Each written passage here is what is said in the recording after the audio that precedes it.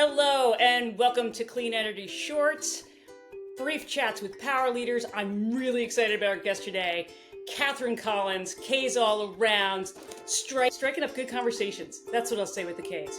She has led the Southeast Wind Coalition since 2015, brought together stakeholders across 11 states to advance wind power development in a region that was once written off as too calm. I'm in Charlotte. No one's ever accused me of being too calm.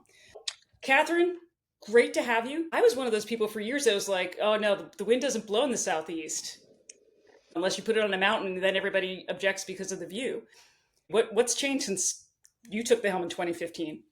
So much has changed. I will start with, it's really twofold. So technology has advanced significantly and the markets have changed, right? The markets are changing all day, every day in the energy space. And those two things have collided in the best of ways, where we now have wind energy projects in the Southeast that make economic sense. Developers are looking at the Southeast, and we are seeing wind farms actually being constructed in the Southeast. I mentioned the technology. When I started in wind 15 plus years ago, we had 1 megawatt turbines. Those turbines that we're installing now are over 4 megawatts. So they are significantly larger, increasing the overall efficiency of a wind farm. You increase efficiency, you decrease cost. Second is in the South, you mentioned, well, it may be windy where you're located in Charlotte or not calm, but in the rest of the Southeast, if you are standing on the ground, it's not very windy. The winds in the Southeast are at higher elevations. So you really have to access tall towers in order to access strong winds. And so what that has meant is you've got to put a whole lot more steel into a turbine in the form of a taller tower in order to access those high winds in the Southeast. And so that's what we've been doing. Turbines used to be at a height of around 80 meters, especially in the very windy Midwest. We are now constructing turbines in the Southeast anywhere between 105 meters and 139 meters is the latest to advance tall tower technology. So these things are tall. How many football fields would be 139 meters? Is that? It's a lot of football fields.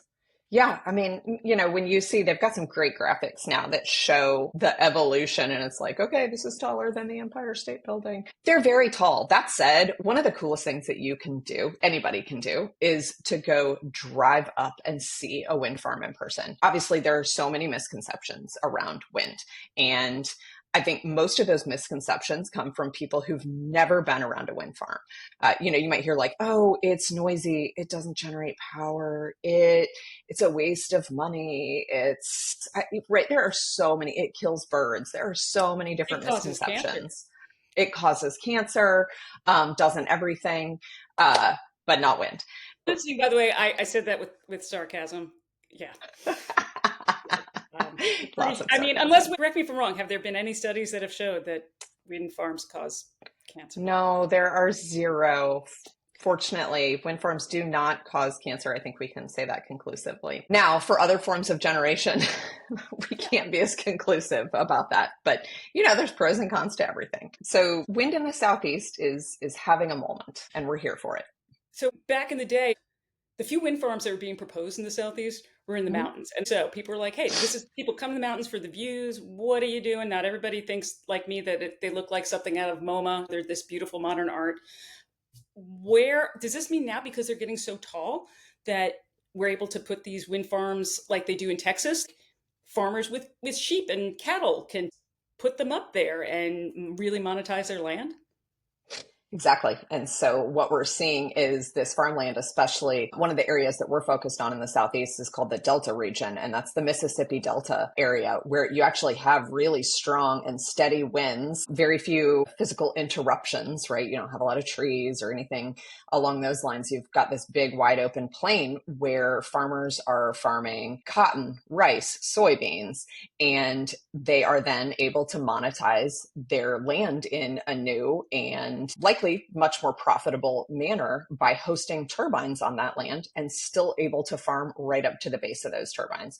So when you talk to the farmers who have these things on their land, they are the best messengers. They are the best advocates because they are happy to live near these turbines. As I said, they're filled with misconceptions. They are They are not loud. They are not, the wind, when you go to a wind farm, the wind blowing at that wind farm, even at ear level, makes a whole lot more noise than the turbine itself. And so they're not loud. They are incredible machines, right? When you think about what this thing is doing, at every revolution of those blades, you are generating so much electricity. That's clean electricity. It's electricity that is generated right here now, no fuel cost, don't need to ship in any fuel. It's all done up front. Once people actually go see these things in person up close, I think a lot of those misconceptions are taken care of. But yeah, it's an incredible opportunity for the farmers.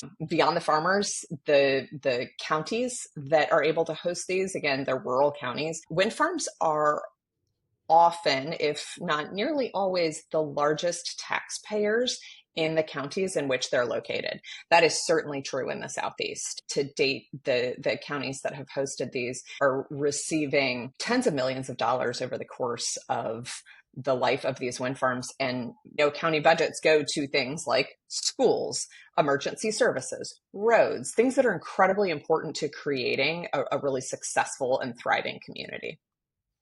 Let's get all the other things out of the way that people have criticized wind in the Southeast. One of the big criticisms has been it's intermittent, that it blows at night, we need it during the day. Tell me more about what else has changed. Has battery energy storage systems, have the wind turbines become more efficient so they're smoothing out that curve? Yeah, wind is intermittent. It's also incredibly predictable. We think about all of the weather models that we have now. You can pull open an app and you can see exactly what your weather is going to be in the next 5 minutes, 15 minutes, 30 minutes. There are even better prediction models for areas near wind farms. And so wind should never be your only source of electricity. Wind should be part of a diverse energy generating mix. And so, yes, that could include battery storage, energy storage, and that certainly has the ability to smooth out the generating profile of an intermittent resource.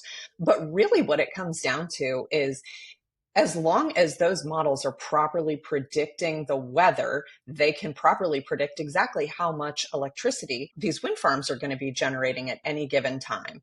And so it's a utility's job or a transmission grid operator's job to make sure that supply and demand are constantly being equalized. And that means if manufacturing plant starts up a new process line, at some point during the day, it's the same thing as if a wind farm all of a sudden starts ramping up its energy or lowering its energy, right? Both load and demand are constantly fluctuating.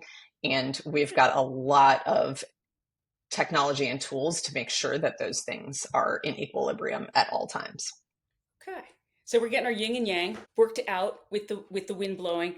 I'm wondering, as I'm picturing this, big wind turbines in the farmer's field, are you seeing more pairings with solar? The sheep are getting shade under the solar panels. The wind is blowing. The farmers like cha-ching, cha-ching, cha-ching. In places like Texas, where Texas, you go back to that diversified portfolio, and anytime you have an overabundance of any one energy source, it becomes less valuable. And so one thing that has happened in Texas is Texas built so much wind over the last decade, an incredible amount, because it is very, very windy in West Texas and there's a lot of open land. It's inexpensive. And so you've got really cheap electrons coming on the grid. But what that means is that on particularly windy days or times, electricity is getting really cheap.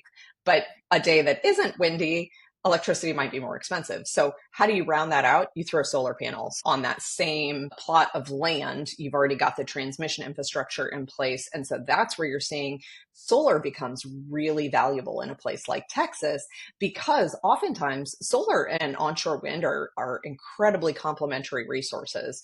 Most forget fifth grade math or fifth grade science, but it's really the movement of the sun that's causing or the evolution of a day, the day in the life of the sun, as that is progressing, is changing the air temperature in different ways, and that is what is causing wind. And so if you think about it, we are generally windier in the evenings for the case of onshore wind. Windier in the evenings, it's windier in the spring and the fall. Exactly.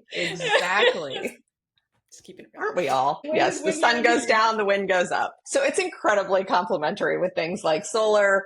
I know we've been talking about onshore wind, but I feel the need to insert something very cool here about offshore wind, and that is the generating Yes. profile of offshore wind is even more complementary to onshore wind and solar. When you look at the capacity factors of any given area of an average solar generation over the course of a year, onshore wind and offshore wind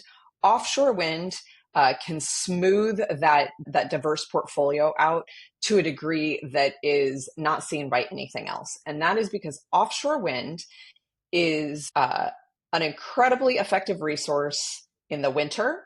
We're talking a lot about utility winter peaking now that we haven't had in places like the South before, but winter mornings and summer afternoons. Think about you go to the beach, right? Mm-hmm. You go out there in the morning, it's not that windy. You go by the afternoon and the wind is kicking.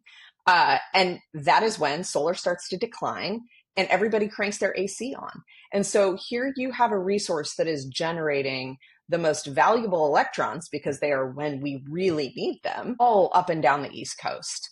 And so, and winter mornings, right? The solar hasn't had a chance to ramp up to its full potential. But here you have this continued wind resource that is providing electricity while the sun is coming up and solar is ramping up. So incredibly valuable electrons. When you are able to see the way that those things work together, they really do provide the resource diversity that we need on the grid to have the reliability and the resiliency that we want.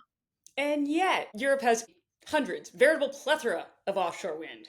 United States, three operating winds. Though we do have some good news to report. Revolution Wind off the coast of Connecticut in the Northeast. Mm-hmm. That seems to have gotten the green light. What are the implications of Revolution Wind moving forward now? Why is that a big deal? Well, you mentioned the US has 3 operating projects, 174 megawatts. Compare that first to Europe, which has around 30 gigawatts of offshore wind. China, over 45 gigawatts of offshore wind. So global competitiveness, if we want to compete with China in the energy space or any other space, the fact that we are currently stymieing all offshore wind development, it really doesn't make sense from that global energy dominance standpoint and energy innovation, right? You've got China and Europe continuing to innovate in the offshore wind space and continuing to power more and more of their grid with offshore wind. Do you think there's any chance that we can catch up? Yes, because like any first mover, right? They've had a chance to hit some of the hurdles, make some of the mistakes, understand efficiencies. I mentioned the evolution of an onshore turbine. The same has happened in the offshore space. The turbines that have been installed in the US so far, those first turbines were 6 megawatts. The turbines we're installing now are 14 megawatts. So huge leap in size and leap in efficiency. So from an energy generation standpoint, we can certainly catch up. It just requires the policy and the commitment to want to develop that resource and to ensure that we've got all of the regulations and know-how in place to catch up. All right. So we could have a situation where the Netscapes, right, and we could be the Googles at some point. I'm old. I'm middle-aged. I'm just right. So with this administration anti-offshore wind, how much of an impact is that going to have on the pipeline for offshore wind? It's the right question to ask. I firmly believe that because of the fundamentals of offshore wind and the fundamentals of the way that the US is driving demand for new electricity, we haven't had electricity demand increase in decades, right? We've been implementing things like energy efficiency across the board, not just when you think about your light bulbs or anything else, but all of our manufacturing processes, the way that we extract, the way that we produce energy, all of that, we've been focused on getting more with less energy efficiency. And that has really kept the grid at a pretty steady baseline where we haven't needed a lot of new resources. And this is the first time where we find ourselves in a position because of new data centers and the AI boom driving a significant need for new electricity, in addition to electrification of things like transportation, even our homes where we are electrifying more and more things.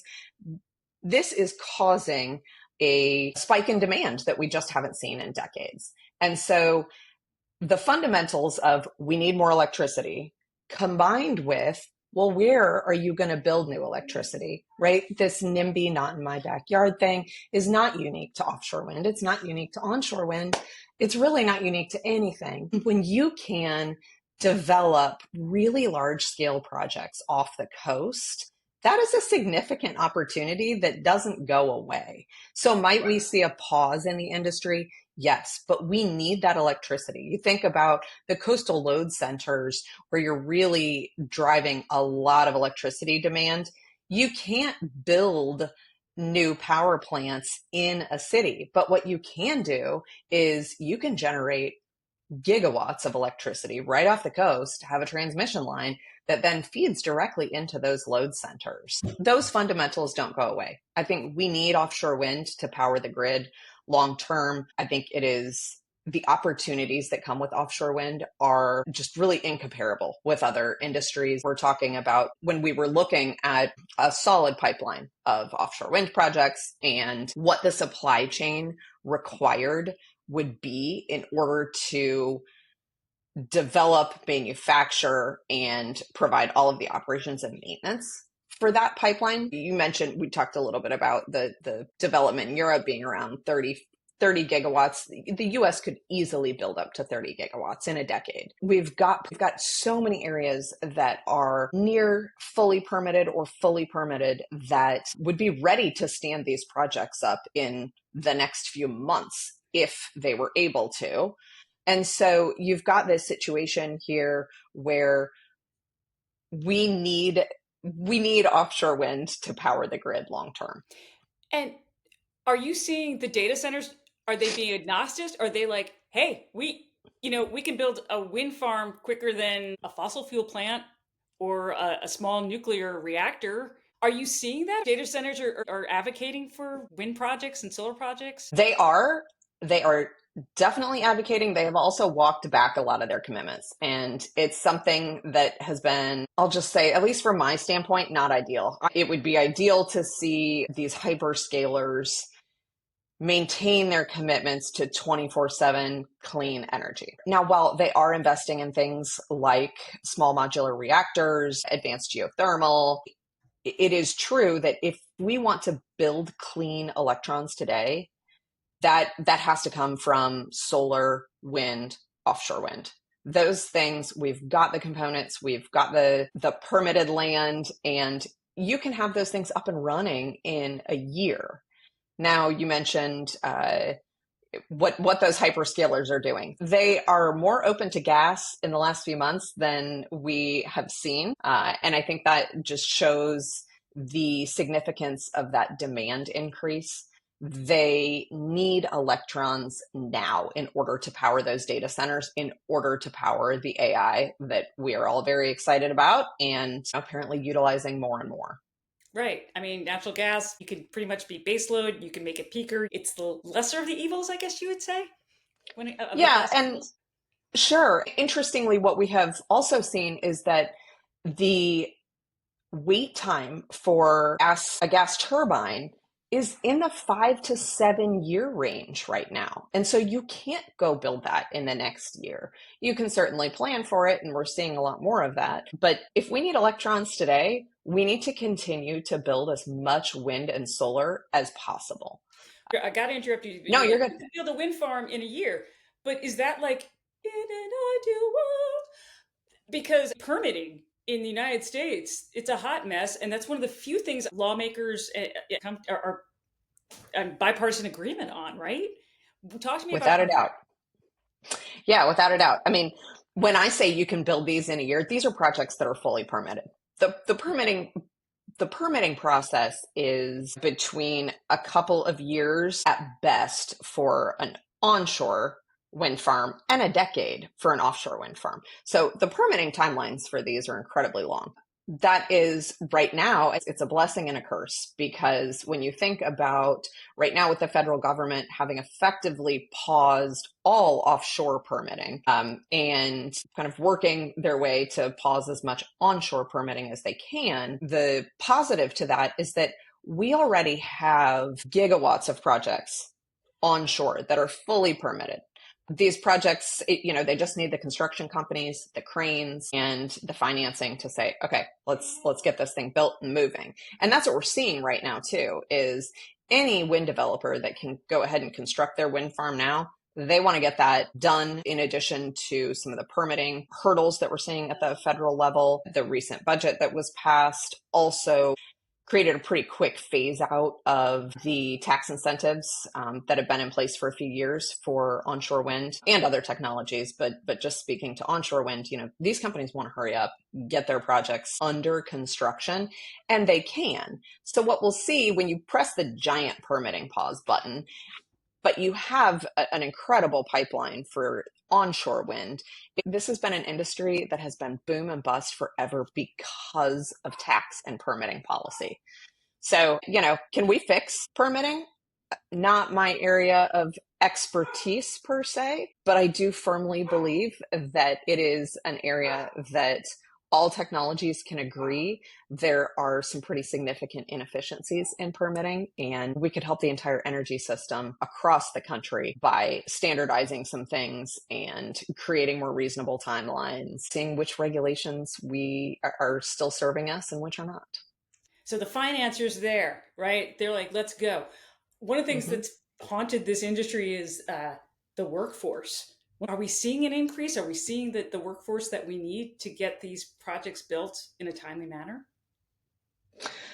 Yes, I don't think that workforce has necessarily been an issue in terms of construction. You mentioned these are really solid paying jobs. These are both in terms of the construction, but also on the back end, the operations and maintenance crews. I always love to hear the stories of the folks who say, and this is certainly the case in Northeast North Carolina, where we now have 2 operating onshore wind farms.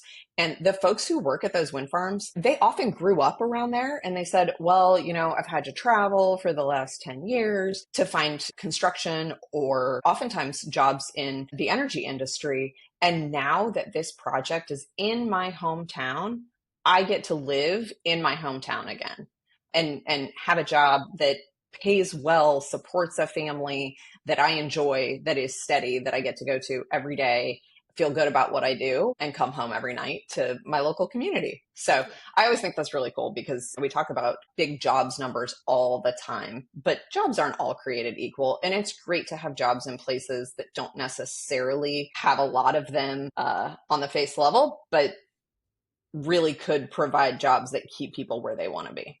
Yeah, that's important. I think everybody's realizing that more and more out of this post-COVID world, that where you live matters, that you're not defined by your work. There's a life out there. Yeah. There is.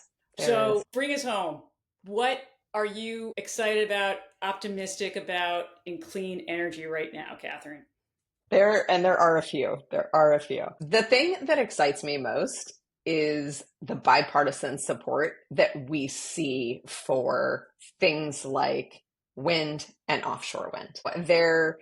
While the Trump administration has certainly been anti-wind, we have seen support at the local level, the state level, the federal level from people who understand the value that wind brings to our economies, to the workforce, and to the electricity grid that just isn't provided by other technologies in other ways. And it doesn't mean that we shouldn't be building everything we can, but it does mean that we should be building wind for those reasons, and that we have lawmakers on both sides of the aisle that recognize that wind is a common sense solution to providing more electricity, providing American energy independence.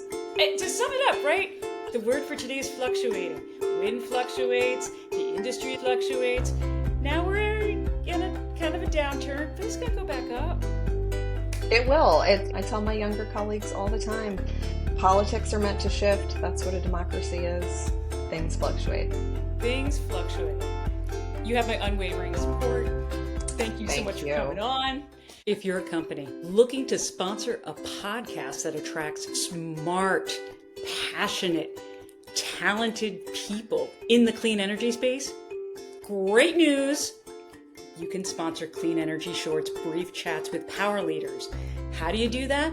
Go to connect@cleanenergyshorts.com, visit my website, and we'll get you hooked up with that information. For those listeners who are saying, but I am one person, I would like to support you because I know this takes time, money, and effort. Great news there too. You can buy me a coffee by going to buymeacoffee.com or visit my website and click the link that says Buy Me a Coffee. Please keep me caffeinated.